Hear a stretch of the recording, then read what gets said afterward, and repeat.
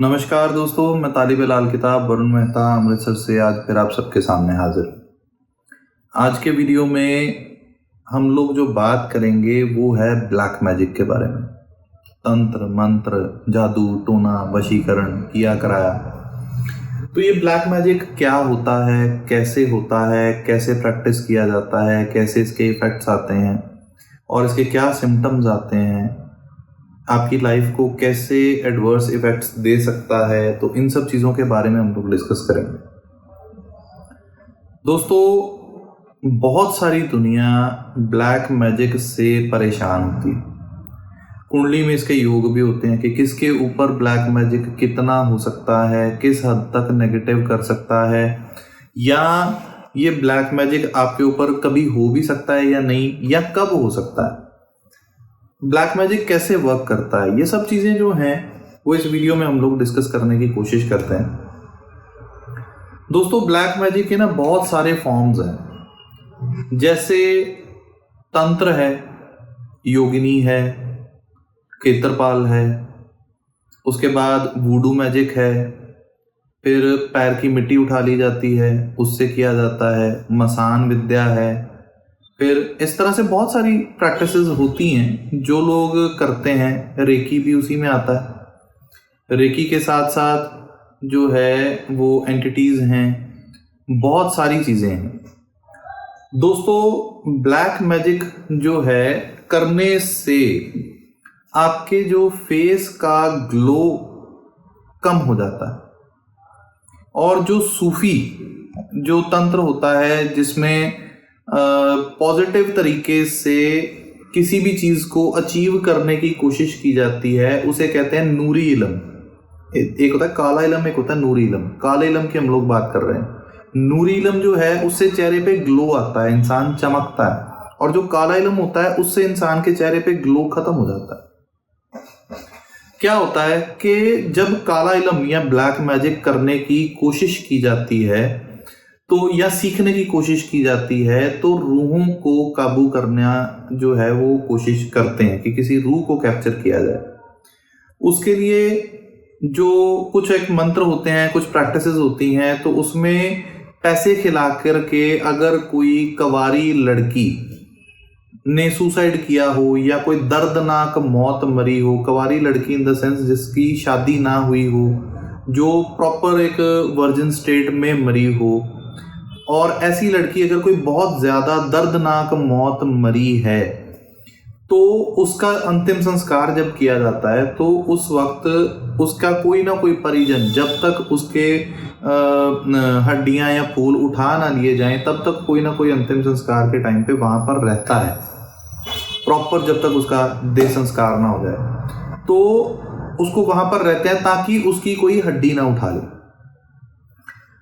जब कुछ तांत्रिक लोग किसी ऐसी कुंवारी लड़की की डेथ का उनको पता चल जाए और संस्कार के बाद कुछ एक मंत्र प्रैक्टिसेस करके, मंत्र पढ़ के, मंत्रोच्चारण करके मुंह से वो हड्डी उठाई जाती है।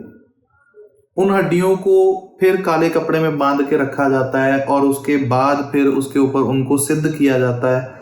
फिर उसकी लड़की की रूह जो है वो उसको उस काले कपड़े की पोटली में रह जाती है, उसे गला ठाकुर बोलते हैं, और उस गला ठाकुर को फिर यूज किया जाता है। फिर उस लड़की की रूह को इस्तेमाल किया जाता है अपनी जो रिक्वायरमेंट्स को पूरा करने के लिए। ये उनका प्रोसीजर है जो लोग काला इलम सीखते हैं या करते हैं, प्रैक्टिस करते हैं। तो ये गला ठाकुर की हेल्प से काला इलम किया जाता है। वो काला इलम जब करते हैं तो फिर वो रूह जो उन्होंने कैप्चर करी है ना, तो वो रूह फ्री नहीं बैठती। उन काला इलम करने वाले लोगों को उस रूह को किसी ना किसी काम में लगा के रखना पड़ता है। इसी वजह से तांत्रिकों के आस पड़ोस में जो लोग रहते हैं उनके घर में प्रॉब्लम्स आनी शुरू हो जाती हैं, क्योंकि वो लोग कहाँ लगा के बैठेंगे, कि कहीं ना कहीं तो भेजेंगे ना, तो फिर आस पड़ोस सबसे पहले नजर आता है। इसलिए तांत्रिकों का पड़ोस में होना मंगल बद की निशानी है, और वो नेगेटिव ही होता है। इसलिए आपको जो है वो मैं अवेयर करा रहा हूँ कि काला इलम किस तरह से काम करता है, कितना काम करता है। अगर वो तांत्रिक रूह को कैप्चर कर लेता है और उसको काम पे नहीं लगाता, तो वही रूह जो है वो ही तांत्रिक को हेल्थ इश्यूज देने शुरू कर देती है, कलेजा खाना शुरू कर देती है, ब्लड में इन्फेक्शंस दे देती है, वो चेहरा काला पड़ जाता है, खून की इन्फेक्शंस, उसके घर में प्रॉब्लम्स, इस तरह की प्रॉब्लम्स उस तांत्रिक के साथ बढ़नी शुरू हो जाती हैं, जो कि नेगेटिविटी को रेज करती है, क्योंकि उस लड़की की गति नहीं हुई थी। तो ये सब प्रॉब्लम्स जो हैं वो उस तांत्रिक को आनी शुरू हो जाती हैं। लेकिन जब कोई तांत्रिक ऐसे ही किसी रूह को किसी के ऊपर अटैक करने के लिए भेजता है, चाहे वो वशीकरण करने के लिए हो, चाहे वो किसी प्रॉपर्टी का डिस्प्यूट को ख़त्म करने के लिए हो, या प्रॉपर्टी डिस्प्यूट रेज करने के लिए हो, या इस तरह से रूह को जब इस्तेमाल किया जाता है, तो फिर ऐसे केसेस में जो है वो इंसान के घर में सिम्टम्स आने शुरू हो जाते हैं। उस जिसके ऊपर काला इलम किया गया, जिसकी तरफ उस लड़की की रूह को भेजा गया, उस इंसान के कपड़ों में से, पसीने में से अजीब सी गंध आनी शुरू हो जाती है, उनके घरों में अजीब सी बुरी सी स्मेल आनी शुरू हो जाती है। आपके उनके घर में एंटर करने का मन नहीं करेगा, उसके घर में एंटर करेंगे तो आपका दिल करेगा कि बाहर निकल जाएं। फिर जब भी उस इंसान को जिसके ऊपर ये काला इलम हुआ, उस इंसान के कपड़ों को पानी में डाल दीजिए तो पानी का रंग पीला पड़ना शुरू हो जाता है। जैसे जैसे वो काले इलम का असर बढ़ता जाएगा, वैसे वैसे उस इंसान की हेल्थ डाउन आनी शुरू हो जाएगी, वो इंसान डिप्रेशन में जाना शुरू हो जाएगा, उस इंसान के पॉजिटिव जो वाइब्स थी वो ख़त्म हो जाएंगी और वो नेगेटिविटी की तरफ बढ़ता चला जाएगा, डिप्रेशन में बढ़ता चला जाएगा। उस इंसान को जिसके ऊपर ब्लैक मैजिक का असर हो रहा है, वो इंसान की कुंडली भी काम नहीं करेगी। कुंडली बोलेगी कि टाइम अच्छा है, लेकिन वो ब्लैक मैजिक की वजह से, गलत डिसीजंस की वजह से गलत इवेंट्स भी होने शुरू हो जाते हैं, अच्छा टाइम रहता ही नहीं और वो negative negative negative negative negative ही होता चला जाता है।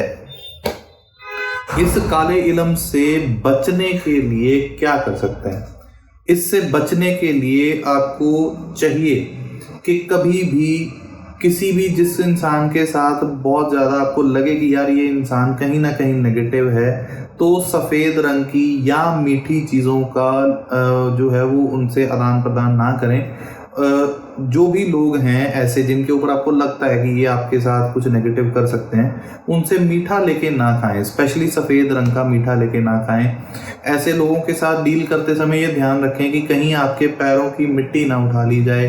आपके घरों से कभी भी कोई यूज्ड कपड़ा, यानी जैसे जस्ट अब मैंने ये कुर्ता पहना है, मैं कुर्ता उतार के रखूं तो ऐसे ही आपका कुर्ता चोरी ना हो जाए, यानी कि बिना धुला हुआ यूज्ड कपड़ा जो है वो चोरी कर लेते हैं, सलवार चोरी कर लेते हैं। इवन के कई बार यूज्ड सैनिटरी पैड्स भी लड़कियों के जो हैं वो उठा लिए जाते हैं, उनके ऊपर जो नेगेटिव या काला इलम बहुत जल्दी असर करता है।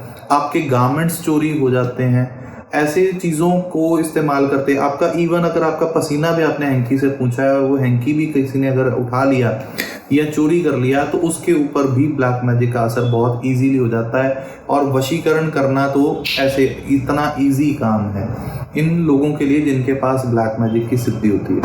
तो अब इन चीज़ों से बचने के लिए क्या किया जाए कि सबसे पहले जिनको लगता है कि उनके घर में ब्लैक मैजिक का असर है, अपने घर में गौमूत्र का छिड़काव रेगुलर बेसिस पे करते रहें। और अगर किसी को लगता है कि उसके ऊपर ही ब्लैक मैजिक हो रखा है, तो वो गौमूत्र का सेवन ज़रूर करें। गौमूत्र का सेवन करने से जो भी नेगेटिव चीज़ें होंगी वो धीरे धीरे निकलेंगी और इंसान जो है वो पॉजिटिविटी की तरफ बढ़ता जाएगा। अपने घर में सफाई करते समय गौमूत्र का छिड़काव करें और उसका पोछा लगाएं, बाहर से अंदर से बाहर की तरफ। अपने घर में पोछा लगाते समय हिमालयन सॉल्ट ज़रूर यूज़ करें।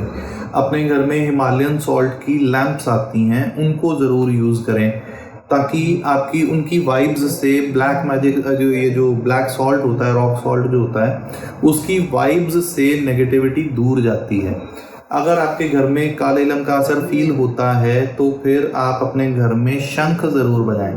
शंख बजाने से आपके घर में नेगेटिव वाइब्स कम रहती हैं, अगर हैं तो वो भी चली जाती हैं। इवन शंख का साउंड नेगेटिविटी को दूर रखता है, इसलिए शंख का साउंड बजना आपके घर के अंदर, और जहाँ जहाँ तक शंख का साउंड जाता है, काला इलम, बुरी रूहें, बुरी नज़र सब हट जाती है।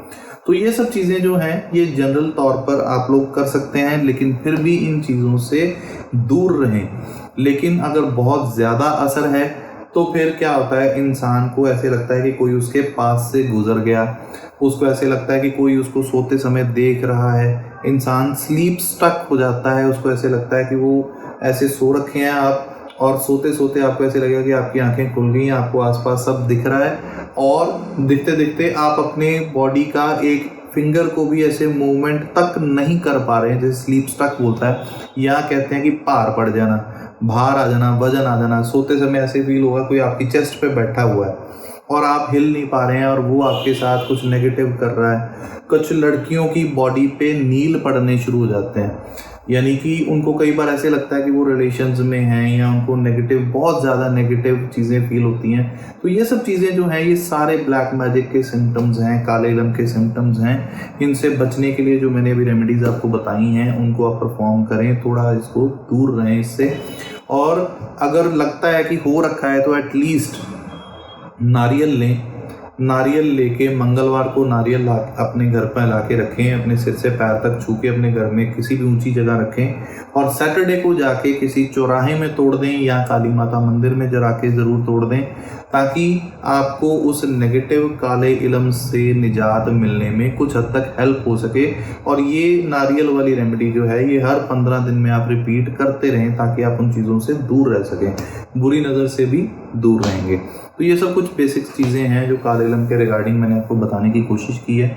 अच्छी लगे शेयर ज़रूर करिएगा, और अगर कांटेक्ट करना चाहें तो मेरा नंबर है 9872372201। आज के वीडियो में इतना ही, रेगुलर बेसिस पे फिर मिलेंगे। Thank you very much.